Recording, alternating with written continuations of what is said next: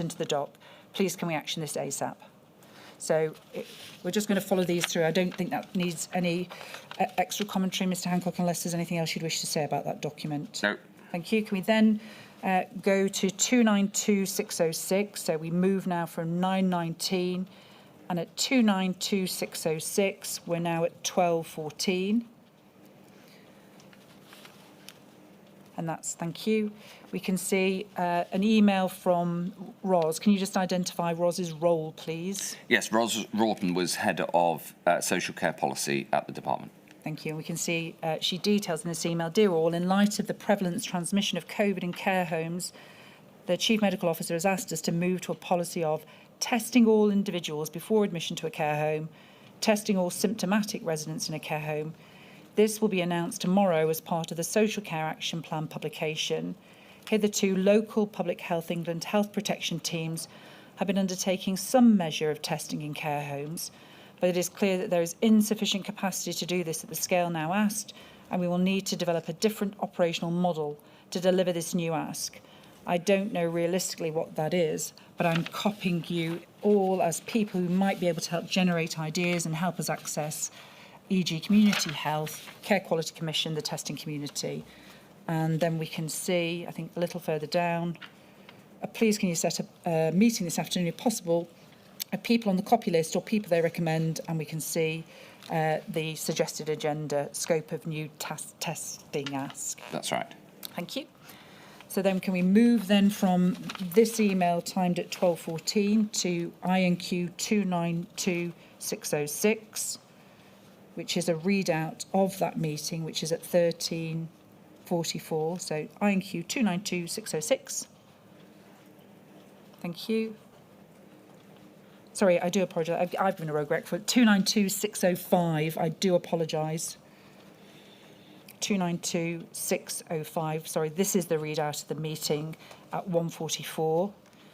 And if we just go down, thank you, we can see Ros updated that we've agreed with NHSE and local government wording on discharges in light of CMO testing wording. A lot of work to operationalise, looking at getting nursing staff to take swabs in care homes. Secretary of State said we need to ensure the nurses are in PPE or have been tested. MSC noted the wording on whether testing is on admission or discharge is a bit confusing. And then again, action team to clarify wording on testing.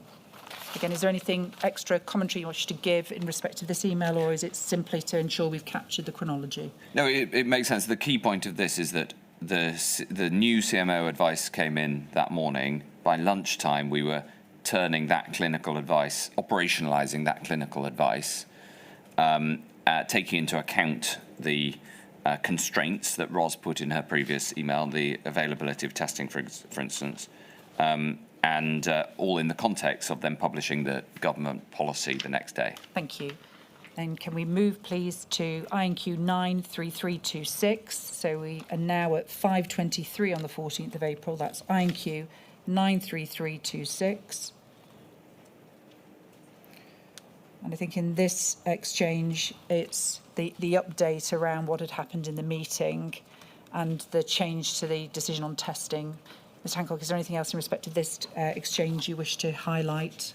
No, so this is just merely a distinction between the advice was to test those going from hospitals into care homes, and there was a debate about whether to also say that in the future we would test those going from the community into care homes, and we decided only to say the former until we were confident that we could do the latter. But it didn't make a policy change. It was merely about whether we would forward indicate the testing of those from the community. Thank you. Can we then move to INQ 292608, please?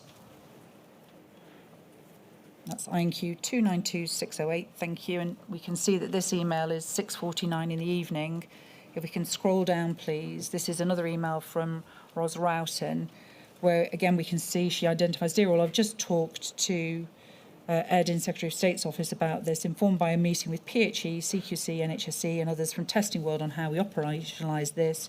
We agreed we can press ahead straight away with hospitals testing patients who are going to care homes.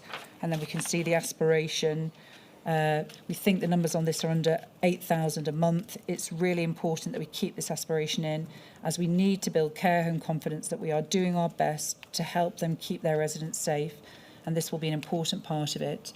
This was also the advice earlier today via the Chief Medical Officer. Right. Thank you. Then if we move, please, to the next part of the chronology, INQ 292609.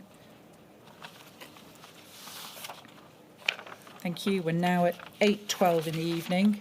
And we can see essentially again a recording that we agreed that on expanding of testing to all residents of a care home where an outbreak is suspected confirmed, the next step by closed tomorrow are, and then we can see again that through. And again, we agreed that on the policy to test all hospital patients ahead of discharge to a care home, discharges are estimated to be 500 per week.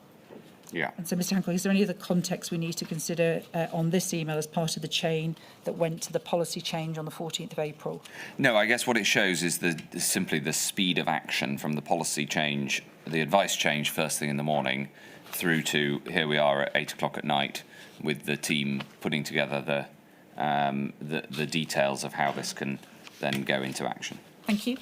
And finally, then, just to complete the point of the chronology, 292611, please. Thank you. So we're now the following day at 7 minutes past 10 in the morning.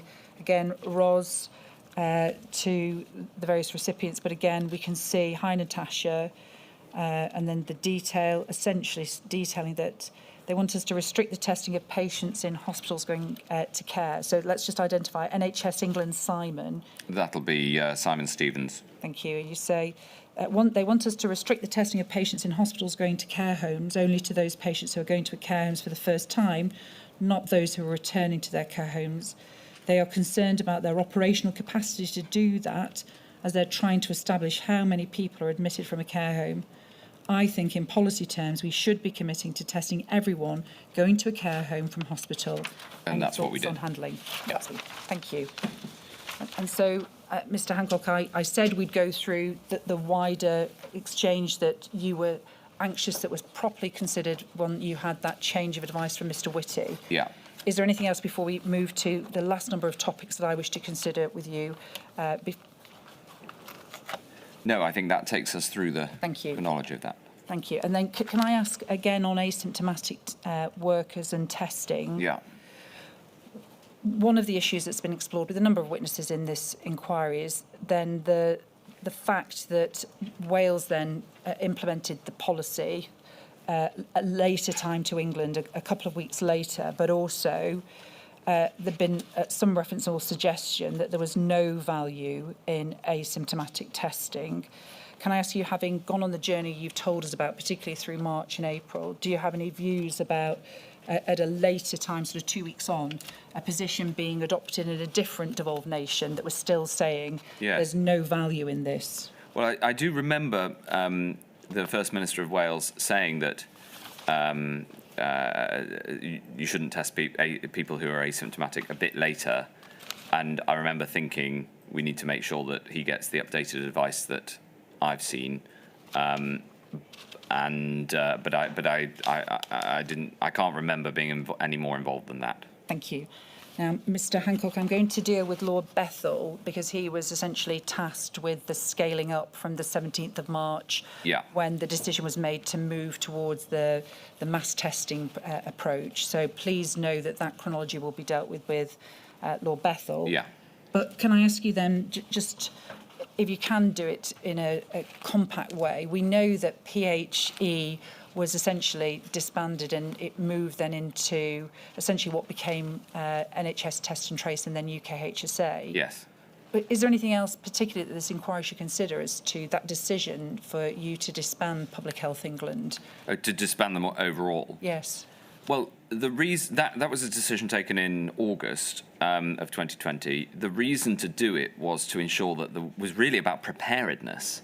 It was making sure that there was a body whose only worry was to prevent communicable diseases and to keep up the fight even when there wasn't a pandemic on the horizon, like now, and a group of people whose job and where the leadership of the organisation had a job to wake up every day worrying about the next pandemic. There was a debate about whether we should do that in August 2020, given that the pandemic was still ongoing. There's a perfectly reasonable argument that we should have waited, but it was clear to me that we needed to take the action, and we also needed to find a permanent home for NHS Test and Trace. Thank you. Mr. Hancock, there's a number of topics I just need to deal with, so they don't follow a particular order, but so please just bear with me in terms of these topics. Now, the inquiry of her has some evidence that we're going to hear later, so I want to give you an opportunity. We're going to hear from Professor Pillay on the last day of the inquiry. And essentially, he has summarised that you conflated tests available with tests undertaken. Can I ask, regardless of your intention, do you accept that this inevitably risked creating public confusion, particularly when you were making daily statements that gave the impression those tests were actively being used to protect lives? No, we published both the availability of tests and the total number of tests done. So we went out of our way to try to ensure clarity on that, and we put quite a lot of effort into precisely designing how that was published to try to minimise anybody conflating the two. Thank you. And again, the source of this question is also from Professor Pillay's statement, which I know was provided with the pack. Yeah. He also notes that both virus tests and antibody tests were counted towards the target, despite antibody tests providing no useful information at that time. Are you able to assist as to why tests with no diagnostic value were included in a figure being presented as a measure of pandemic control?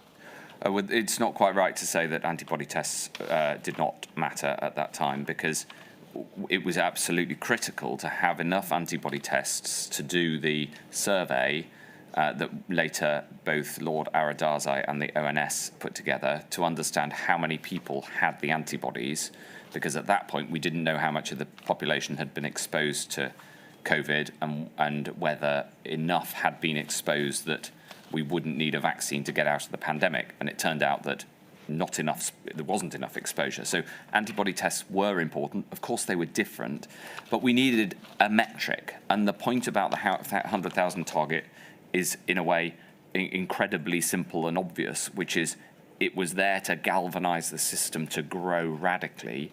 And we slotted all the different testing pillars, as we called them, into it, because we wanted to measure the overall growth of the system. And people have said, well, that was done at the expense of what we should have used the tests on, or the exact type. The point of the target was precisely to be simple and bold, so everybody knew what we were going after, and it achieved that result. And by growing testing, we removed a whole load of the other problems that came from not having enough tests. Thank you.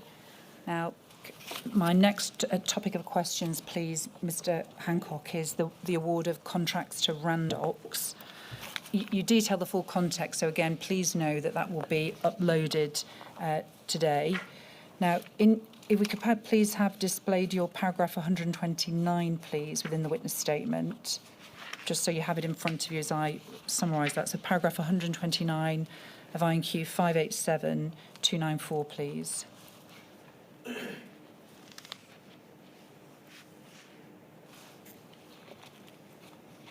I think it's page 40, INQ 587294. Thank you. Now, you detail and defend the awarding of substantial contracts to Randox by emphasising their role in stepping up during the national effort. Yeah. But you'll be aware that the National Audit Office recorded that a 328.3 million contract variation was awarded to Randox in October 2020 without competition, more than double the original contract's value. Do you accept, Mr. Hancock, that at the very least, to maintain public confidence, a contract of that scale should have been handled with maximum transparency as part of the creation of the test, trace, isolate system, please? In a utopia, yes, but we weren't living in a utopia. People were dying every day, and Randox had the capacity to radically increase the number of tests available, along with the other testing companies.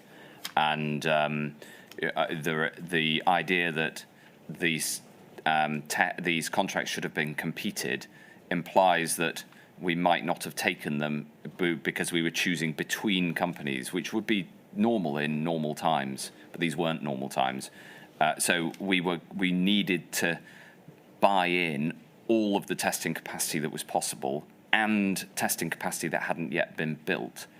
And that's why we took the approach that we did. It's a context question again, because the context was that tests were necessary to keep people alive, and we didn't have enough tests as a nation, and so we were buying them from wherever we could get them. Thank you. Now, I mean, look, Randox, I just want to put on the record my thanks to Randox, who did an amazing job during this period, and they, as I put here, they stepped up, but they really lent into this this problem and tried to grow, as did other testing companies. thank you. And Mr. Hancock, I'm sure you appreciate that these questions are asked in a context of a pandemic, but also in the importance of transparency and by reference to the involvement of Mr. Patterson. Yeah. But can I ask you then, please, there were plainly ministerial meetings that were not recorded that have also been commented about. Were you at the time aware that those meetings had not been properly recorded by reference to this? No, not that I can recall. Thank you. Could I next ask, please, to be displayed your paragraph 258? And Mr. Hancock, this is the last topic before I'll finally give you an opportunity to say anything else around recommendations. So paragraph 258, please.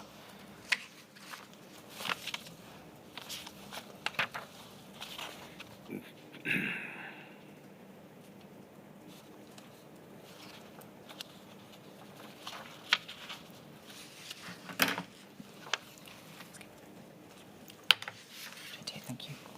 Thank you so much. Now, we can see this is in the context, please, of just some assistance on the support payments. Oh, yeah. You detail there's agreement at COVID to ramp up communications, providing greater funds for discretionary support payments, increasing non-financial support, but not despite your arguments for making universal support payments. Now, we know that the 500 figure was available in October 2020, and the question, please, under this theme, can I ask you, you agreed to introduce the £500 support payment for some groups. Do you accept that under that scheme many working people were ineligible yet still unable to afford to isolate? Yes, you said I agreed. I wanted these to be much more generous. Thank you. And so, of course, I accepted some movement in the right direction, but I didn't think it was adequate. No, thank you. And I think there's more detail about that in liaison with the Treasury in your statement. Then can I ask additionally, given the strong evidence that financial reasons were essentially causing people not to adhere to self-isolation requirements, and particularly when it became enforceable, do you believe that the Treasury was placing politics over public health? That is not how I'd phrase it, no. They had a concern that if you introduced a scheme of universal payments, it may be gamed or it may be hard to withdraw afterwards. But their concerns, I thought, were they were valid balancing arguments. They were made for the right reasons, but they were, in my view, outweighed by the arguments in favour. It comes down to the doctrine again. Spending public money to pay people to isolate in order to stop the spread of the virus is not only obviously good for health, it's actually good for the economy because you have to have fewer other NPIs. So my view is that this would have been good value for money as well as the right thing to do from a health point of view. Treasury made the argument that concerned more about the direct payments.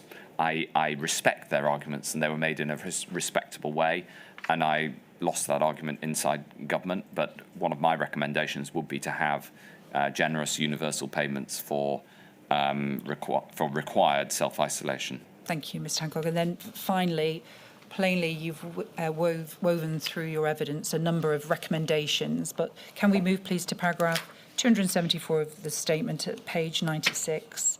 That's 274, at page 96. Thank you. you detail, by way of lessons learned and reflections, that the key lesson for the future is that a rapidly scalable testing and tracing infrastructure should be maintained, ready for urgent expansion. You say this: I'm concerned that at present our current capacity is being dismantled and we will find it much harder to scale again in the future as a result.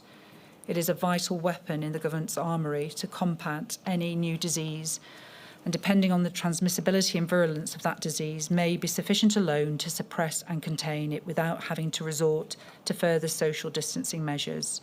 In my view, that justifies the cost of building and maintaining testing systems that are rapidly scalable in the event of new variants or an entirely new pandemic. Yes.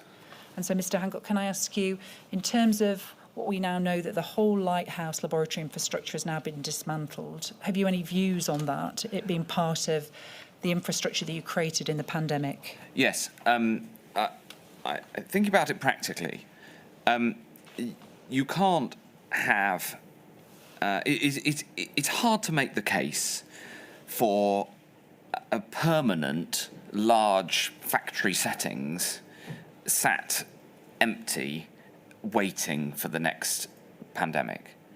That would be, in a perfect world, what you'd have, in the same way that you have a standing army. There is a case for it. What there is, but there's also a case against because it's expensive.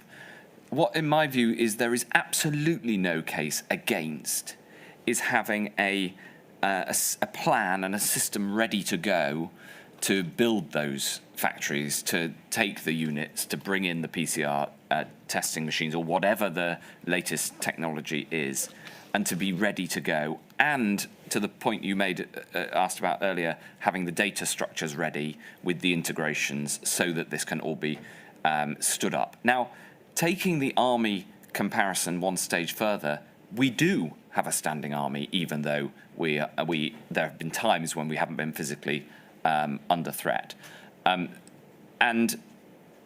Considering we spend a drop in the ocean on biological defence compared to physical defence, there is actually a good argument to have these this system actually maintained. But I can see the case against. What I can't see a case against is having the rapidly scalable testing and tracing infrastructure, and I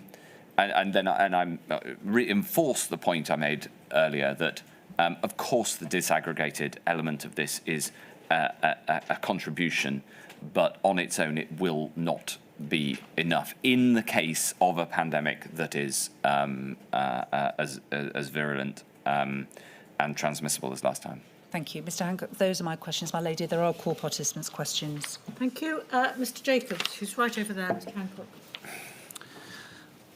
My lady, questions on behalf of the Trade Union Congress were regarding financial support for self-isolation.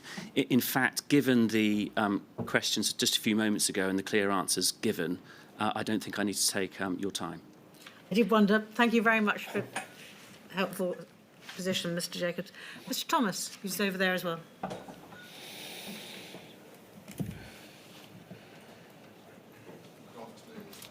Good afternoon. Very good to see you again. Thank you. Mr. Hancock, I've got a few questions for you. As you know, I represent FEMHO, the Federation of Ethnic Minority Healthcare Organisations. FEMHO members have reported concerns that in the early stages of the pandemic, there was a lack of tests available, A, for those working in healthcare settings outside of hot zones, such as porters, cleaners, all of whom have since been shown to have had high rates of exposure and transmission. And secondly, for households of healthcare workers, despite the risk of transmission at home. So my questions are, firstly, were these issues considered when decisions were made as to the prioritisation and rules on who was and who was not eligible for testing in the early stages? Yes. Can you explain how those decisions were made?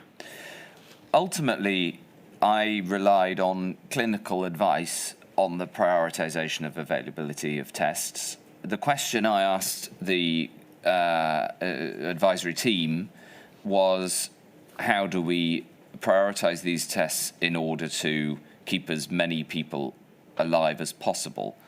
And I don't recall deviating from the clinical advice that I was given in making the decisions on testing prioritisation. What I would say for the future is that it's vital to understand what happened and the disproportionate number of deaths amongst people from ethnic minority backgrounds and in the public-facing and patient-facing roles, especially within the NHS, and ensure that that learning informs a clinical prioritisation next time. Well, I think you've just answered my second question, which is looking forward, what you would do different, and you've answered that. So let me move on to my third question. How was data and modelling used to inform the TTI policies and operational decisions during your tenure, particularly in relation to identifying areas or communities at heightened risk? Well, it improved during the whole period, I think, is the best summary. We started with very little information, as you know, and the early information was about proven cases and hospitalisations and deaths, because sadly they are the most measurable things in a pandemic before we had better testing available. Once we had the various surveys up and running, the ONS survey, the REACT survey, looking at the work of Professor Tim Spector, that gave us better information to be able to make decisions which were more led by the data. Unfortunately, I remember very clearly the early data coming through with a very strong and clear disparities in terms of negative impact of those who were in the frontline medical positions. And I say positions because it was whether clinical or non-clinical, it was about how many interactions you had with patients ultimately. But the data started off very poor and it got better. Can I ask you this? Was disaggregated data by ethnicity, socioeconomic status or geography used as a guide to guide resource allocation or the targeting of support? Yes, it was. And I would say that we got better at that. And there's a lot of lessons from what happened that can and should be learned that should then go into best practice right from the start. We touched on this, I guess, with the interaction of a national and a local testing system, because local capacity, both in contact tracing and in testing, can be better at responding to and reflecting the community that it's close to. National systems inevitably find that harder because they tend to be more one size fits all, and that's why an interaction of the two is probably best. Okay. Were there gaps or any limitations in data collected that impeded understanding of the pandemic's impact on minority ethnic communities? Well, there absolutely were at first, because there was a lack of testing. And I guess the question that you ask and the implication in it reinforces the point about the importance of antibody testing as part of our suite of tests, because knowing who has antibodies as a result of being being infected is a really important data point to understand who is being affected over and above the hospitalisations and the deaths data. Okay. To what extent did the Department of Health and Social Care seek to involve community-led organisations or frontline healthcare providers in interpreting data trends, particularly those affecting minority groups?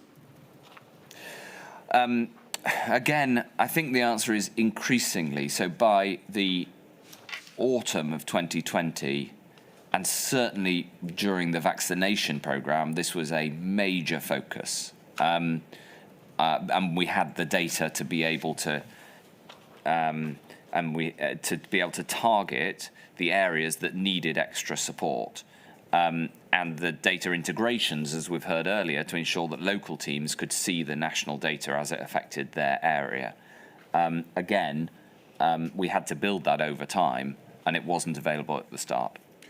Were concerns raised by some of these organisations about data blind spots or misinterpretations formally incorporated into the TTI policy responses? Yes, they were. We were concerned about data blind spots, about differing information coming from local and national systems, and not just blind spots, but hot spots as well, areas where there was a huge amount of activity, and that was something that we'd go through in the weekly gold meetings once they were set up to as the high-level management of the TTI system from around September 2020. Were, and if so what, specific strategies were developed to engage and build trust within communities who historically experienced health inequalities or systemic mistrust of government? Well, again, we built this and got better at it over time. In a way, from my experience and really reflecting on it, the early contribution that I could make to this was simply to acknowledge it. I mean, that was the starting point. I remember the early press conferences when, the first 4 deaths of clinicians were all from people from ethnic minority backgrounds, and I talked about that in public. So at first we didn't have much data to give a rich picture of, or a detailed picture is maybe a better word, but we could see it with our eyes. And so I tried to talk about it, and then we tried to bring in analysis, some of which was done within government, within the department, within PHE, within the Government Equalities Office. Also, there was excellent work done externally. Ben Goldacre's work, which he published regularly, was very impressive, for instance, at being able to highlight these problems. A couple more questions. The strategies that I was just touching upon, were there any successful strategies, and how were their impact measured? So there are a number of successful strategies, and most of them worked, in my view, most of them worked. The ones that were most effective were the ones that looked at the issue from the lens of the community who we were trying to support.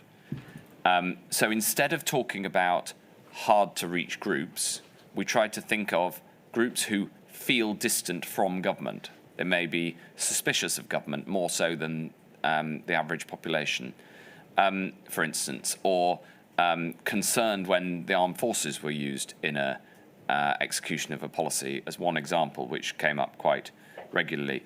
I think it's really important that you look at it through the correct lens, look through the telescope the right way, because otherwise you end up in a ivory tower in Whitehall, thinking that people are disconnected, and it's not. And instead, it's important to take responsibility for that disconnect and try to do something about it. Let me come to my last question. I'm going to roll it up because time's short, and it's that issue of structural racism that I just want to return to in this module. So I'll roll up my question in this way. Can you tell Her Ladyship what consideration was given to the impact of existing structural racism within the NHS and wider health systems when you were designing and implementing the Test, Trace and Isolate programme? Well, I think the best way to answer this is that we were trying to understand and respond to the likelihood of somebody being infected and being very negatively affected by that. And one of the challenges we had in the data was to disaggregate how much of that was due to socioeconomic factors and how much of that was due to biological factors.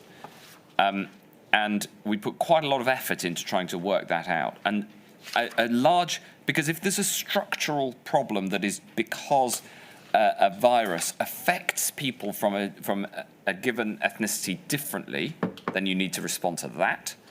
If it's because there are more people in, say, groups that are patient-facing proportionately, then you need to address that. But getting to the root cause of why there is a disparity in impact of the virus by ethnicity, by gender, and by socioeconomic status is important, because you can then only address it if you can understand the root cause of it. What would you do differently going forward? Well, I think that's two broad questions. I'm sorry. We've got a huge amount to get through today. I'm really sorry, and this isn't also a thesis. So I appreciate how important the point is, Ms. Thomas, but I think we're going to have to leave it there. Thank you, my lady. That completes the questions we have for you in this module. Mr. Hancock, please don't worry about your passionate responses earlier. I do understand. And I also understand the pressure that you and your colleagues at the DHSC were under. And it's in that context and in that light that any findings I make, I'm not somebody who believes in sitting in a courtroom or a hearing centre in the cold light of day, comes along and says, oh, I could have done it better. That's not my way. So please be reassured. it's kind of you to say, thank you. I believe we're going to call on you Yes. once more, but I'm hopeful, I'm pretty confident that'll be the final time. So thank you very much for your help this time, and I shall see you again, I hope, just the once more. Thank you very much. Thank you.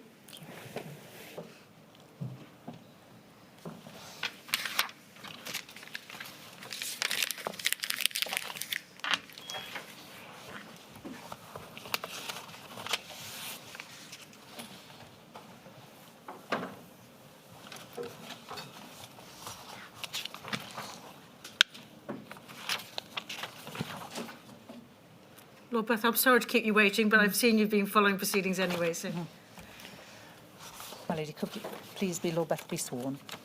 I swear by Almighty God I swear by Almighty God that the evidence I shall give that the evidence I shall give shall be the truth, shall be the truth, the whole truth, and nothing but the truth.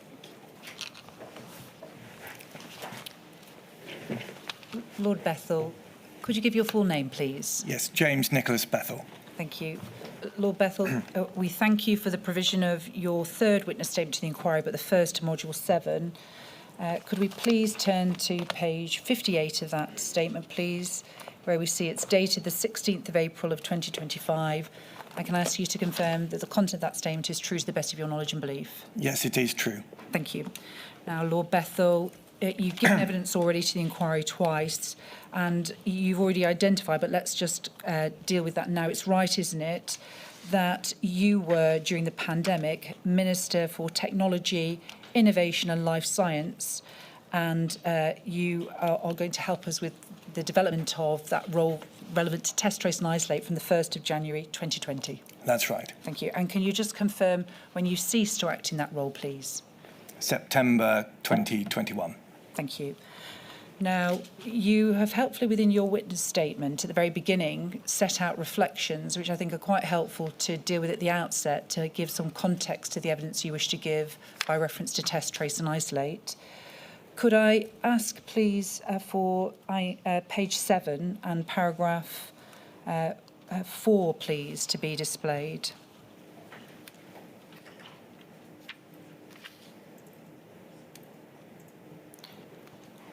Sorry, paragraph 4 at page 3. I do apologise, I said 7. Paragraph 4 at page 3, thank you. Now, I think you've provided your reflections, including the huge sense of pride at what you were able to achieve from what you've described as a low base. And would it be fair to say, Lord Bethell, that you're going to assist us today with essentially the mass testing that you played a key role in terms of development of, for increasing testing capacity, but also contact tracing also? Well, I would just add, thank you for that. I would just add that there is also airport testing, which was very, very important, There was also a huge amount of research and surveillance testing. And there was also testing that was done in hospitals. So I think it's broader than just the mass testing. I appreciate it. And I think you also, within the statement, deal with the red list. Your statement will be published that gives the full context of your relevant roles relating to test, trace and isolate. But necessarily, we're going to focus on the significant role you played for the increase in mass testing, because I think you've got key and relevant evidence that can assist by way of the chronology of that matter. I understand. But then can we have... look at this, you say as the follow, but I also look back with a mixture of frustration and anger that we were put in a position where the public health doctrine, the public health infrastructure and the domestic diagnostic industry meant we started in such a weak position, and that our other policies, particularly the non-pharmaceutical interventions and the welfare support, did not work to support the credible objectives of the test and trace mission as effectively as they could have done. Lord Bethell, do you want to perhaps start with being absolutely clear about your views, having essentially worked practically through the pandemic to scale up in the way that you did? Well, thank you very much. I think that a lot of the dialogue so far has been about the management of what I would call the mad scramble to stand up testing. And there's been a lot of dialogue about whether that scramble was done correctly or not, and whether we should have used academic testing or other infrastructure in different ways. I think my point here is that we shouldn't have had a scramble in the first place. In a 21st century country, there should be a priority on basic public health. Now, we have chosen in this country, quite unusually, to put a huge amount of our resources, about 95% of the £220 billion, into either primary care or acute hospitals. And we put a huge amount into life science research, billions of pounds in terms of research funds. And we put a tiny amount, 2%, into public health. The local public health system, as Matt Hancock made the point of local director of public health, are tiny. They have minute resources. We have no standing testing facility. Local authorities have a very, very small imprint on their local community. And there is very little dialogue between primary and acute care and the public health system. In other words, the basic foundations of public health are not here in this country, and we will not be able to react to the next pandemic unless the question is asked, why is that the case? And actually an investment is made. In other words, arguments for putting our attention into how to use research laboratories or hospital laboratories better are arguments for the status quo, for not changing the resource prioritization of this country. And in order to avoid this happening again, we actually need to change the status quo and move the resources to supporting basic public health infrastructure in this country. And in terms of the MPIs and the welfare support, which I'd be happy to talk about separately if we've run out of time, I do think that a degree of coordination between these things is very important. Specifically, I think a test and trace system can be extremely effective, but if you're late on every single lockdown, and if the prevalence rate nudges up from 0.5%, 1%, 2%, 3%, you're not going to be able to catch up. And you get a pingdemic, as many of us will remember. So I think that that coordination point is very important. Thank you. And can we move to your paragraph 5, please? Because again, with the task that her ladyship has around recommendations, you tell us at paragraph 5 that in the last 3 years, we've gone backwards, not forwards. The diagnostic infrastructure is dismantled. The data spine is closed down. The UK diagnostic industry has reverted to a small-scale, undercapitalised, science-led cottage industry. Our public health infrastructure, particularly the local representation, is weaker than ever. There is little surveillance of domestic or foreign pathogens, and the social habits around home testing and regular health screening have gone backwards. It is therefore imperative that this module lifts its head from any undiscerning interpretation of the headlines and simplistic anecdotage around testing, and instead tackles the more serious issues. And you then set out essentially a framework to consider the issue. But can I ask you then, if we start with this context, because the infrastructure that was dismantled, you played a key role in having set up around the Lighthouse laboratories. And so do you have any particular reflections, having now seen that all of that work and the scaling up no longer exists? Yes, I'm completely unsentimental about this. A huge amount of money was spent, and to wind down that cost base is very important. And taking tough decisions on that, I think, is a priority, not just for the Treasury, but for the country. But to go back to the old way of doing things has been, I think, a huge mistake. We could have in place a bigger commitment to day-to-day public health screening of day-to-day diseases. That means that we would have infrastructure, maybe in the private sector, maybe in the public sector, that could be suitable for the kind of industrial scaling that we've talked about. In other words, not to just rely on the scientific and pathology labs, but to actually have in place a better basic infrastructure. In terms of the data spine, that didn't work at the time, and we still don't have really good interchange of pathology and tracing in place, and that infrastructure has gone away. The UK diagnostics industry has shrunk to almost nothing and remains extremely weak. And as we know, when the international boundaries are shut, we'll be relying on our own support. In other words, there is no effort to try to learn the lessons and to put in place the kind of warm system that could be fired up when the next pandemic comes along. Thank you.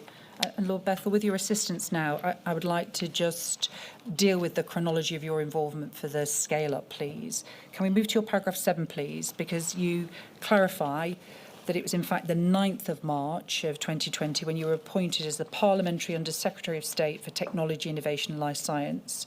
And you've detailed then all of the portfolio. We can see it goes over the page again. Significantly, obviously, it dealt with testing, trace and technology. We can see at paragraph E, data and technology was included, but plainly your portfolio included much more than just the test, trace and isolate. But it's that I wish to look at with you now. It is worth just adding that I had been a whip to the department and therefore had been very much embedded in the day-to-day work from, I think, September the previous year. I think. Well, let's just make sure then the context. You tell us you entered government as a whip in the House of Lords in mid-2019, responsibilities for the Home Office, but then you moved to work as a whip with responsibility for the Department of Health and Social Care. And can you just confirm the date of that? So clear, I think you talk about mid-January 2020. So I'd want to be clear when you became a whip for the Department of Health and Social Care. I think it was earlier than that. I think it was in September previously. Thank you. Now, can we then move, please, to paragraph 10, where you deal with the priorities as the pandemic developed and that were then revised. But I'd like to ask you a question, please, in respect of, as obviously we're going to come to deal with offering mass testing for community in the workplace, but you also include at paragraph 10G, working to increase public confidence in NHS and Her Majesty's at the time government's health policy at a local and national level, measured via robust research, especially targeting hard-to-reach groups. And I think there's a question in terms of that terminology around, if we're looking at it, bearing in mind you want us to look at the cultural issues and looking at things through the right perspective. Could I ask first, would you agree that it's looking at it through the wrong way to say? Yeah, 100%. Targeting hard-to-reach groups is unfortunate. I wish that phrase wasn't in there. I thought the way Matt Hancock put it was quite right, and that was a learning that I came up to speed on very, very quickly. Listen, the NHS did not make itself a very easy organisation to interact with for about 20 or 25% of the country. And I was stunned, really, to understand that we have blind spots, communities, ethnic groups, geographies, certain areas of poverty, where really government on the whole, and particularly the health service, has very, very little trust or reach. And therefore, we invested a huge amount in order to create that bridge. And that meant, for different things, literally knocking on doors, working with local community groups, engaging media, and a huge investment in thought, time, resources and expertise went into that. Thank you. And building on that, Lord Bethell, can I ask, were any impact assessments conducted specifically to evaluate how well the test and trace communications reached and were understood by diverse ethnic minority communities? Yes, they were. I mean, it had been explained to us in January by Chris Whitty in the most emphatic terms that the people who would be hardest hit by the pandemic were the most vulnerable. That's how pandemic works, full stop. Every single conversation we had about the pandemic started with the assumption and included a discussion of how was it hitting vulnerable groups, including ethnic minorities and the poor. Therefore, we had in place measures on every part of the pandemic, whether it was the vaccine, the testing, the NPIs, and so on, and also the impact of the fines. How was this being impacting those who were clearly going to be the hardest hit? And I could go through with you some of the specific measures, if you like. Thank you. Can I ask you then, by way of the broad topics before we get into the detail, do you agree that financial, physical and mental support were necessary pillars to a successful test, trace and isolate policy? Yes, we fought hard. In particular, we were conscious that some of the people who were being hardest hit depended on the cash economy in order to sustain their households. And it was very tough for them to isolate without any financial support. And then can I ask you then, we know when the financial support was available. Would you agree that the test, trace and isolate policy and system did not provide adequate support to people who tested positive for COVID and were required to isolate? Yes, I would. I would even go further and say there's pretty much no point in doing testing, tracing and isolating if you don't create the circumstances where people can actually isolate. Thank you. Lord Bethell, I'm going to work from the 17th of March with the change that happened, I think, where the department essentially took the grip and control over the testing from Public Health England. But before we deal with that chronology, can you give us an impression, bearing in mind you'd taken over the responsibility also in a role within Test, Trace and Isolate, of what it was like at that time before you had to move to the mass scaling of testing, please? Yes, I think that it was astonishing to me that there was no plan or ambition in this area when we arrived. In fact, quite the opposite. The advice was really that such a programme was not a thoughtful approach, and we were generally nudged away from the idea that you could have a whole-of-nation, regular, daily testing programme. And it took quite a lot to persuade the system that this was something that we should undertake. It was prioritised partly because this was a way to contain the spread of the disease, which has been discussed earlier, was not the original plan at all, but also as a fallback plan for the vaccine, because at that stage, the strong advice was that we shouldn't rely on the vaccine and that we should be thinking about treatments and test and trace as really the alternatives. Therefore, there was a huge amount needed to be done to galvanise everyone and to join in that vision and that ambition. Thank you. Can we please display INQ 592582?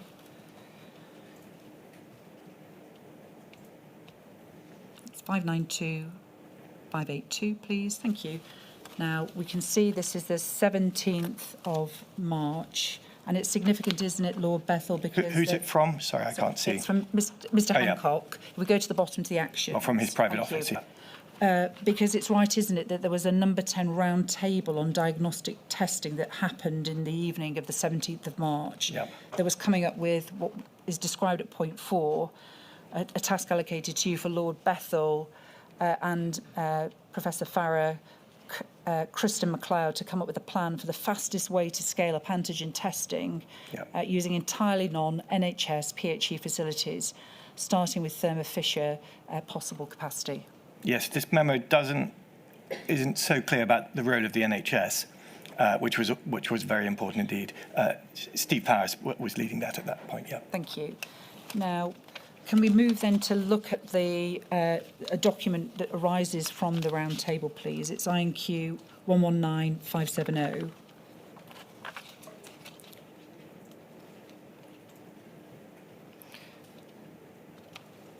And this looks like it was the briefing that was available before the various individuals had been invited, so to give an understanding about the purpose of the meeting, but also who was attending and why, to consider the issue and the scaling up. Is that correct? Yeah. And so are you able to help us in terms of moving to this stage? Who was driving this as the key players to move towards something different? Well, I think that there was a collective feeling that this was the right approach. All countries around the world were considering this. In fact, although we didn't have a domestic testing industry and we didn't have a public health infrastructure, we did have the benefit of a coherent government approach, and we had the NHS. So in some ways, we were ahead of other countries. Downing Street were very ambitious in this area, as were the 8th floor at DHSC. Thank you.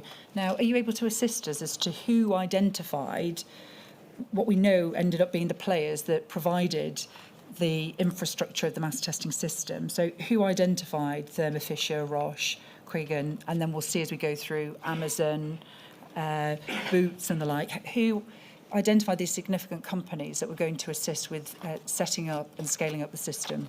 Well, that list changed over time, to be honest, and different people came in at different times. Roche, for instance, are a great partner for the NHS.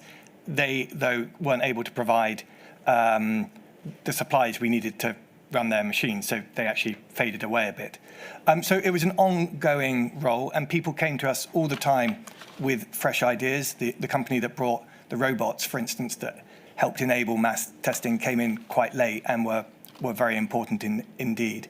So I don't think that there's an easy answer to that. A few of the key players included Sir John Bell, who you've taken evidence from, Aradazai, who was very helpful on the surveillance, Chris Malloy, who has given evidence as well. There was a number of people who were extremely helpful. Thank you. And the reason why I asked that, Lord Bethell, it's just as we move through this document, plainly there's been some issues raised as to the individuals or the companies that are identified and contracted with to set up this mass testing, and whether it created almost an unfair advantage as who they went to. No, that's a massive distraction. There is a very close and effective partnership in the life sciences industry between government, universities, and the private sector. And that collaboration, that tripartite collaboration, is something that works extremely well for the patient, for research, and for creating jobs. In this industry, everyone knows each other. It's a tight-knit, well-organized industry. And the idea that one company over another gets preferential treatment because they happen to know the minister is a misread of how this ecosystem works. Thank you. Let's move through. We just display all of that page before we move along, because I think it is helpful because it identifies all of those that were contributing on the 17th of March at number 10. Thank you. Can we move, please, through the document? I want to stop next at page 3, please. You can see the agenda and the plan, and stopping at page 3, we see the identification of Roche and Thermo Fisher. Thank you. And then if we go over to page 4, please, we have the attendees at that meeting. And if we could just scroll through. Sorry, this is the meeting in number 10, is it? Yes, that's my understanding. If any of this isn't correct, please, Lord, please say we can move through. Thank you. June Rain, Sharon Peacock, Professor Dame Sue Hill, Matthew Gould, who the inquiry's heard evidence from, Kristen MacLeod, Professor Jeremy Farrow,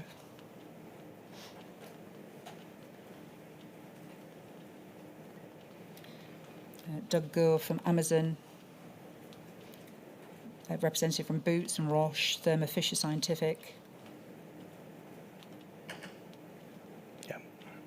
Professor Sir John Bell, who you've just referenced, representative from Randox. Yep.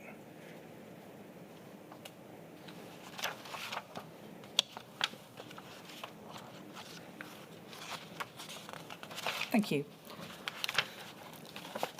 Now, if we can move then, please, to the next document, because you, following on from this meeting at Downing Street, is it correct, Lord Bethell, essentially overnight created a mass testing strategy? Yes. So I drafted the document. I'd say that the the ideas had been fleshed out amongst a group of people, but it would definitely got put on a piece of paper that night. Yeah. Thank you. So if we can turn to INQ 55915, I think we see the strategy that you had identified and fleshed out overnight, please. That's INQ 55915. Thank you. I'm not going to go through the detail because I think it's more important what was then established. Lord Bethell, unless there's anything you want to say about the preparation after that meeting overnight to start to create what became mass testing and the Lighthouse laboratories. Yeah, I think just two things. Firstly, this document should have been on the server, ready to go at the beginning of January. The fact that it wasn't is astonishing to me, and I hope there is one sitting there ready for next time. And secondly, this is actually how things largely played out. This pillar system did essentially work, not without a few bumps, but what it shows is that collectively that partnership between the NHS, government and the private sector did get to the right answer and could provide a good solution. It's just a shame we didn't start earlier. No, thank you. And Lord Bethell, I'm not going to explore with you issues of capitalisation and what it did for the nation, but I know you've dealt with that in previous modules. Can we then move to the next day, the 18th of March, please? INQ 592585. That's 592585. Thank you. So now we're the 18th of March, and essentially that. Sorry, the from is the. Sorry. That's a. Do you know who that's from? No, I'm. Don't worry. I think don't have presumably it's a private offer. We can clarify that, and certainly. But if we look essentially, following on from that meeting, there was a creation. Would you agree, Lord Bethell, of a testing working group that was now working almost, I think, till May of 2020. That really got the first 4 Lighthouse laboratories off the ground. That's right. Thank you. If we go over the page, please. Again, we can see essentially the allocation of tasks and roles to individuals. Is there anything you want to say by reference to the actions, Lord Bethell? Well, I think one thing that was notable about that period, where there was just an enormous amount of goodwill, and I would pay tribute to the private sector companies that brought expertise, they lent in, they brought ambition, and sometimes they just did things off their own back without any remuneration at all. And this partnership was incredibly impressive. Well, Lord Bethell, we've heard the passionate evidence of Professor Molloy already as to his company and how they lent in. Yep. So please know that some fuller context has already been heard. Thank you. Can I then ask, please, if we have this removed from the screen, it's right, isn't it, that one of the partners to bringing this into reality that's not yet been identified is the involvement of Deloitte, who were then assisting in pulling together the various players that we've seen. Can you assist us to why, from your perspective, we've heard that Deloitte were necessary to bring mass testing to fruition? Yes. So, firstly, they weren't the only consultancy at the beginning. During this very, very busy period, we engaged with, I think, just about every consultancy in the country. And in fact, some tidying up had to be done by officials because they started overlapping with each other. So that the idea that Deloitte were somehow the only and exclusive player is not correct. Secondly, this is how government works. Government is basically a commissioning body on the whole. It doesn't do well to employ large numbers of people. It is better at contracting out to the private sector. That's how a lot of government services are delivered. So it is no surprise. There is no way we could have done a formal recruitment process in order to get the right people in the right place. We needed agility, speed, and expertise, and that can only be found through the private sector. And a firm like Deloitte, and it could have been any others of them, but they happen to be the ones that are good at that kind of lower level public service, manual style delivery. They held the reins, and they also contracted to other parties in a way that, frankly, government procurement systems are not so good at. Thank you, Lord Bethell. My lady, is that a convenient moment? Yes, certainly, if that suits you. Lord Bethell, I'm sorry we're going to have to take you over lunch, but you appreciate we have to think of our poor stenographer who coped so well. Yeah. I shall return at 1:45.